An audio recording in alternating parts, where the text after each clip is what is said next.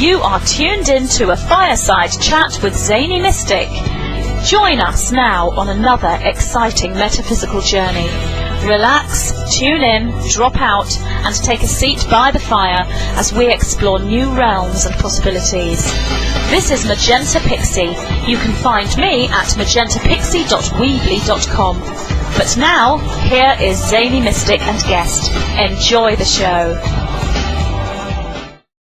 Greetings, everyone, and welcome to a Fireside Chat with Zany Mystic. I'm your host, Lance White. Tonight, we're treated to a rare radio interview with my guest, Ellias Lonsdale. Elias was introduced to star vision while traveling the communes of the late 1960s as Sonny Blue Boy. In the 1970s, he studied formal astrology with Mark Edmund Jones and astrosphere in the tradition of Rudolf Steiner. Over decades, he honed his craft before developing an esoteric school and training program in the beautiful Santa Cruz Mountains. He is credited with inspiring a generation of astrologers, including Mark Borax and Rob Brezhny. He's authored 4 books, including Inside Star Vision, Star Rhythms, Inside Planets, and Inside Degrees. And with his wife, Sarah Theana, he wrote Book of Theana in the Lands That Follow Death. Those are all listed on his bio that is up now.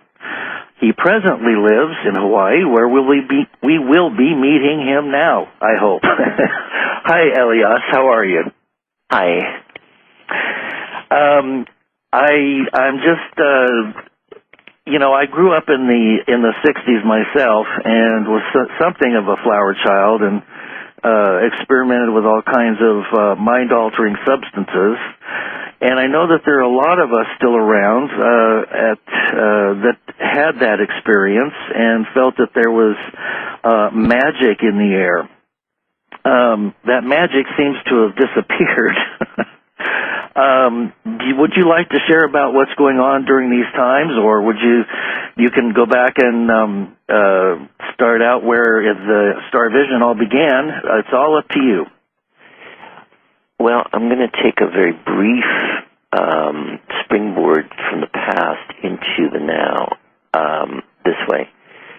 Okay. What I feel most connected with in my life story and my biography, my destiny pattern, is that I was always finding myself in the right place at the right time to participate in very amazing things that were going on. It happened that way many, many times over. So I sort of had this front row seat on the 60s and early 70s. And ever since that time, I feel like I've had a front row seat on everything going on in the world. It's like I've been given this point of view. And way back then, it wasn't even a spiritual point of view. It wasn't that way. It was just consciousness. But these days, it's a spiritual point of view. And what I mean by a spiritual point of view is that I am thinking together with spirit beings. I am actually in communion with spirit forces. That's how I do things, but I'm not a channel in the strict sense.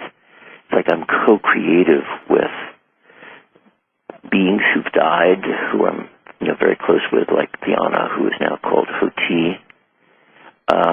And I'm connected with everybody from both the life side and the death side. It's kind of like I'm completely at home after death and completely at home in this world of the living.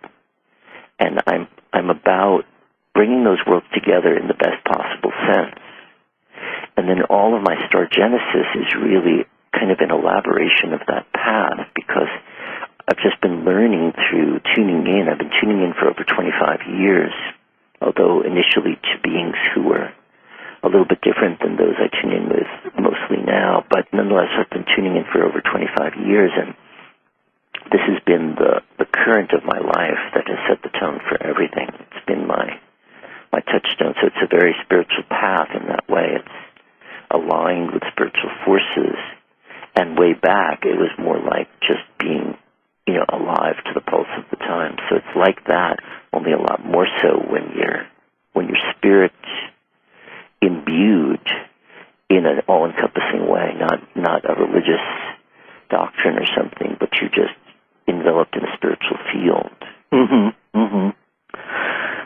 feel that this period of time that we're in, so many people talk about the Great Shift or a leap into galactic consciousness, or the Earth ascending to higher dimensions. Do the spirits that you speak with, do you feel that we're headed in a direction of a reunion with those realms, that the veils are thinning, or what is happening? It seems like there's a lot of different directions at the same time. Yeah, I completely agree with you. There's at least 4 contradictory worlds commonly making up what everybody's experience is. Mm-hmm. And for instance, the outermost world of those 4, the really outer physical world, is just freaking out all the time, not only in the political arena or something like that, but our own bodies. Everybody's bodies these days are freaking out. Everybody's in this, you know what I mean? It's like none of us are quite healthy enough and sound enough to survive the times, if you know what I mean. It's like it's such an overwhelming experience. So on the outside, we're all kind of a little bit like invalids trying to keep it going, no matter who we are. Yes. And well said. And then on the etheric level, on the subtle life level, oddly enough, the very same things that are so impossible on an outer level are actually what we're drinking and eating and being nourished and sustained by. That's how the etheric works. So what's happening is the very world that's impossible for us to navigate through outwardly physically is etherically revitalizing us, paradoxically, because we needed to have a very big dosage of what our own creations generate without spirit forces involved. So we would get the lesson that we also learned in Atlantis, which is if you go it alone without spirit forces, you blow it. Mm-hmm. But this time we get to learn that lesson before we destroy everything. Mm-hmm. Well, we're awfully close, aren't we? Yes, but the etheric knows how to resiliently weave through fairy realms, fairy beings, to resiliently weave this physical catastrophe that we're endlessly in on all levels into a kind of etheric new life. There's a new planet being birthed, and that's a huge thing to talk about. But what I see is that the outer physical earth we're familiar with, even in our own bodies, is dying. And that this new body has to emerge from it, kind of a vibrant life body. And it sounds at first like a pipe dream or something incredible, but it really is what's going on. It's just going on in slow motion. Mm-hmm. And then the third thing, that's the etheric level, the astral level. On the astral level, the soul level, people are in the most maxed out karmic soul dramas they could possibly be in. Their karma is wanting to kind of burn itself out all at once.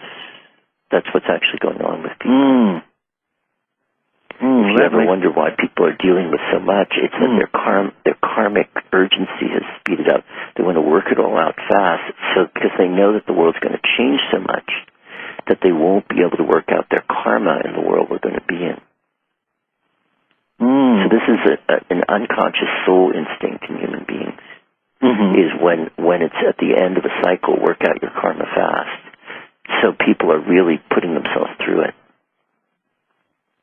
If you follow what I'm talking about. Yes, I do. That makes perfect sense. And so that's the soul level. And then the spirit level, just to briefly say it, the spirit level is kind of esoteric a bit, but let's just say on the spirit level, there's a sense of complete embrace of the whole of Earth's existence and that all will be well. And as far as the radical New Age vision of the shift into the new octave of the planet, I think in a slightly earthier way, I think that is what's happening. Interesting.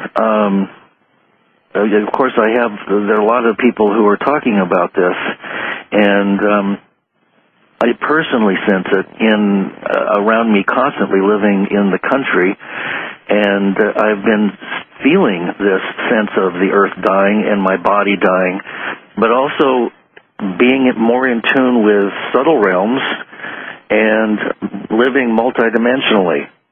Yeah. And there's just kind of the beginning or dawning of an awareness that there is something else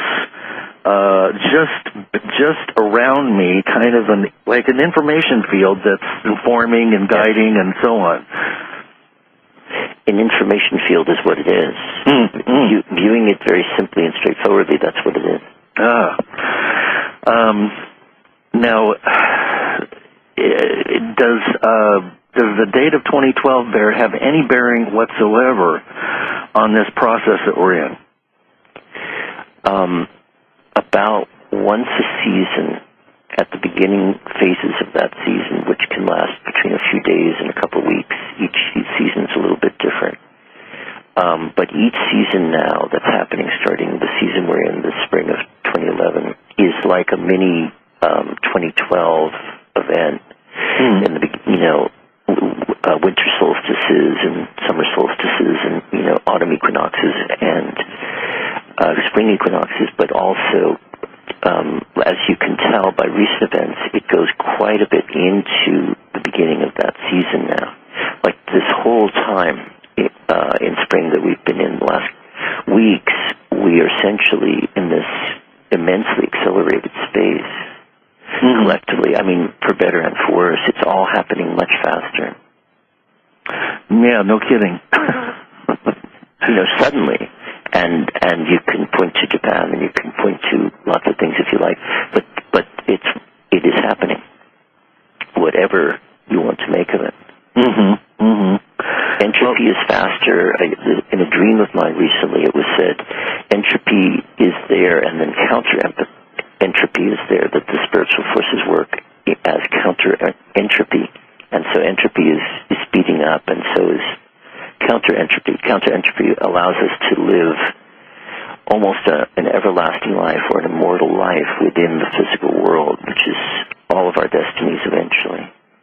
To combine life and death in life, you won't even have to die, because you'll be living death through your life, and you'll be incorporating both into each other. It's so strange that you should say that, because for some reason, I've had that feeling for a long time that there's Theana, he wrote, Book of Theana in the Lands That Follow Death. Those are all listed on his bio that is up now. He presently lives in Hawaii, where we will be meeting him now, I hope. Hi, Ellias. How are you? Hi. I'm just, in training program in the beautiful Santa Cruz Mountains. He is credited with inspiring a generation of astrologers, including Mark Borax and Rob Brezhny. He's authored 4 books, including Inside Star Vision, Star Rhythms, Inside Planets, and Inside Degrees, and with his wife, Sarah. Now, here is Zany Mystic and guest. Enjoy the show. Greetings, everyone, and welcome to a Fireside Chat with Zany Mystic. I'm your host, Lance White. Tonight, we're treated to a rare radio interview with my guest, Ellias Lonsdale. Ellias was... You are tuned in to a Fireside Chat with Zany Mystic. Join us now on another exciting metaphysical journey.